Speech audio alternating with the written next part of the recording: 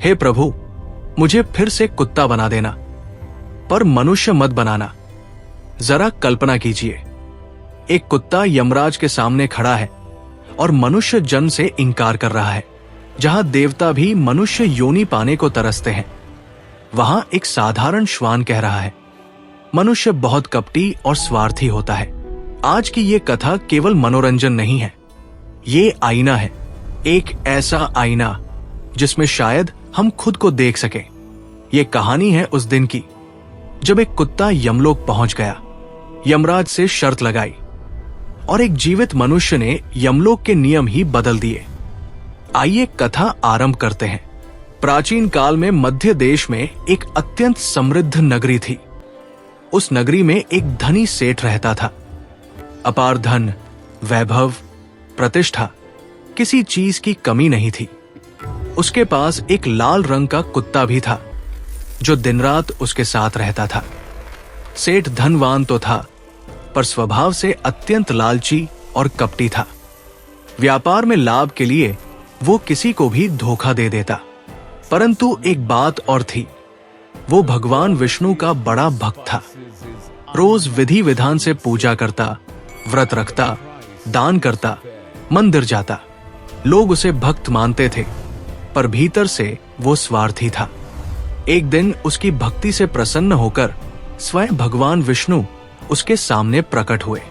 दिव्य प्रकाश से पूरा घर भर गया।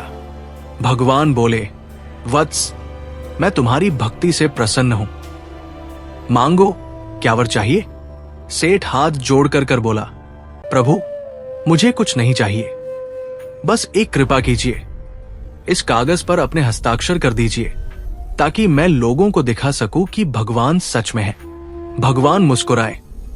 उन्होंने सोचा, भक्ति में भी ये प्रमाण चाहता है।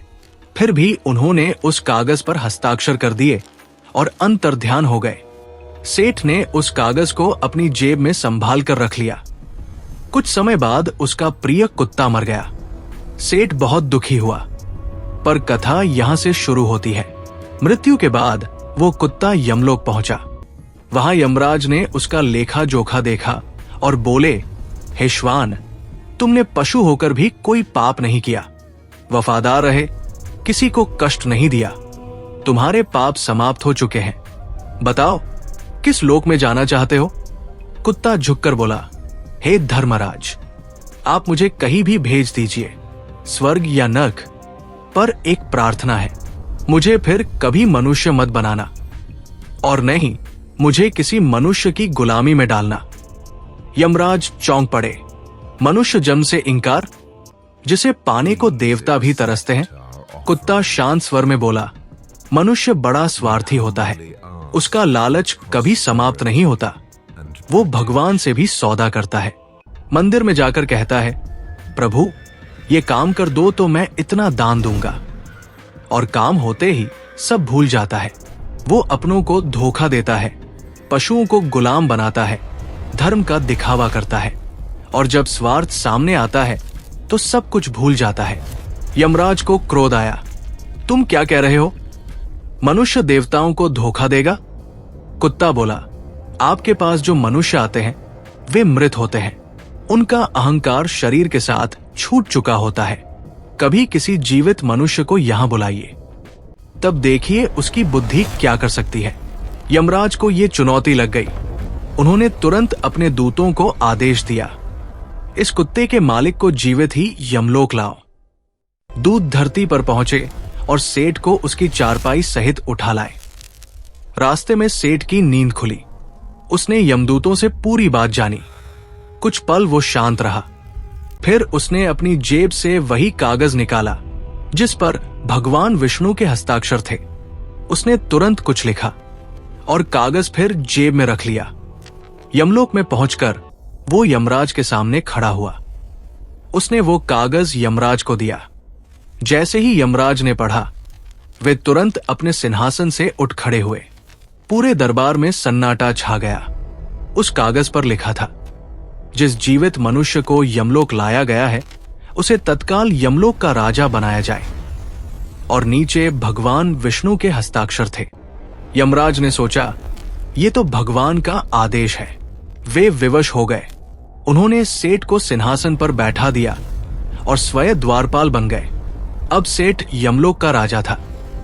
सिंहासन पर बैठते ही उसने पहला आदेश दिया, नरक का द्वार बंद किया जाए। आज के बाद कोई भी प्राणी नरक नहीं जाएगा, सबको स्वर्ग भेजा जाए। स्वर्ग में हाहाकार मच गया। पापी, अत्याचारी, दुष्ट सब स्वर्ग में पहुंचने लगे। संतुलन बिगड़ गया। देवता परेशान हो उठे। कुत्ता दूर खड़ा ये सब देख रहा था।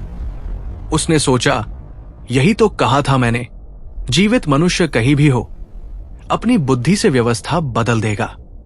आखिर देवता भगवान विष्णु के पास गए। भगवान तुरंत यमलोक पहुंचे।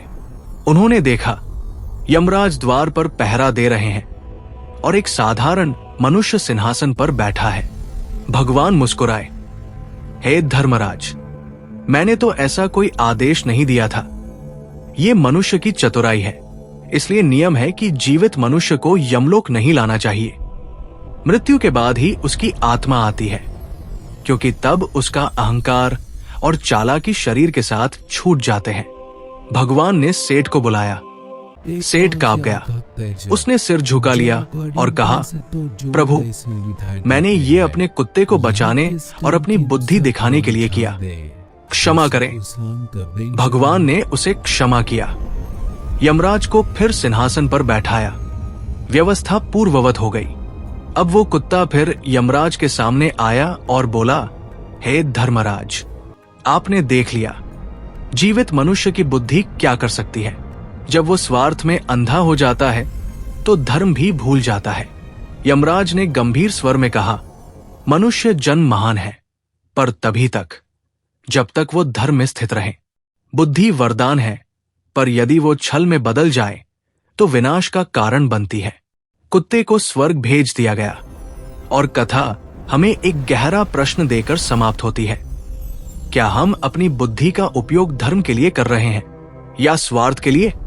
मनुष्य योनि वास्तव में सर्वश्रेष्ठ है, पर तभी जब उसमें करुणा, सत्य और धर्म हो, वरना एक कुत्ता भी उससे श्रेष्ठ हो सकता है। जय श्री कृष्ण। अगर आपको ये वीडियो पसंद आया तो ऐसे और वीडियो के लिए हमारे चैनल को सब्सक्राइब करें।